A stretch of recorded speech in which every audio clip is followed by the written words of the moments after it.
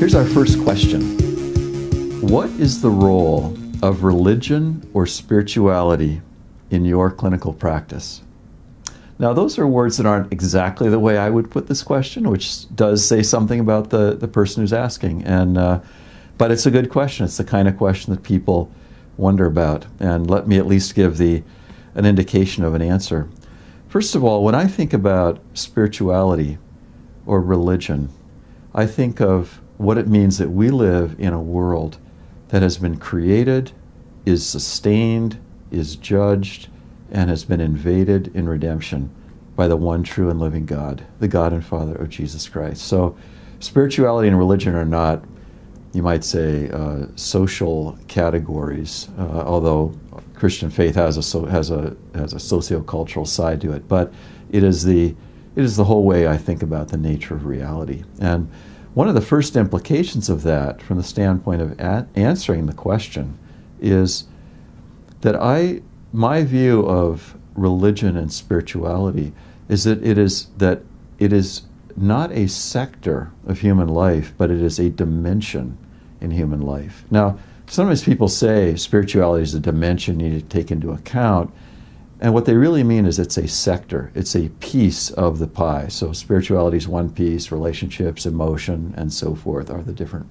parts of the pie. I believe it's a dimension in the same way that, in the four-dimensional space-time continuum, you can't go anywhere and be outside of time. You can't go anywhere and be outside of any of the three dimensions spatially. So in other words, every single part of what you're dealing with involves every dimension. That's how I view the Christian faith, that every person I ever meet is living in God's world, has the characteristics of an image bearer of God who has fallen.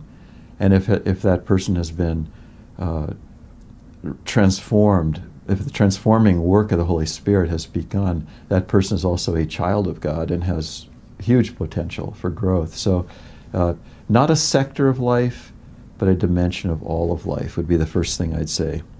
And then there are many implications, but I would, if sitting here today, and I'll mention just one, I believe that my counseling ministry with people is profoundly affected by the fact that I believe that I am more like the people I counsel than different.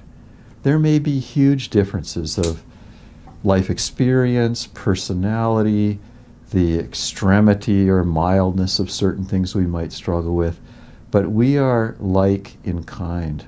And there are these, in a sense, anchor passages like 1 Corinthians 10:13. There's no temptation that overtakes you that is not common to all.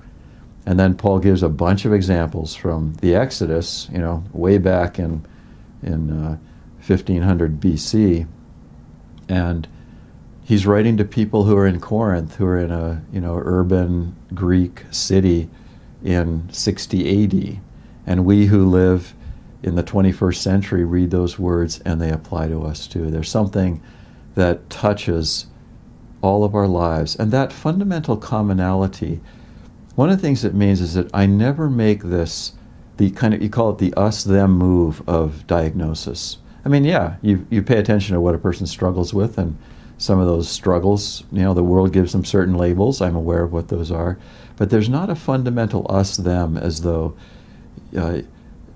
you are the sick and I am the well. You're the patient with the broken leg, I'm the doctor who can walk just fine. But there's this fundamental commonality to human experience, and that has a profound effect on the whole way that I would approach counseling. And it arises straight out of my core beliefs about, quote, spirituality and religion.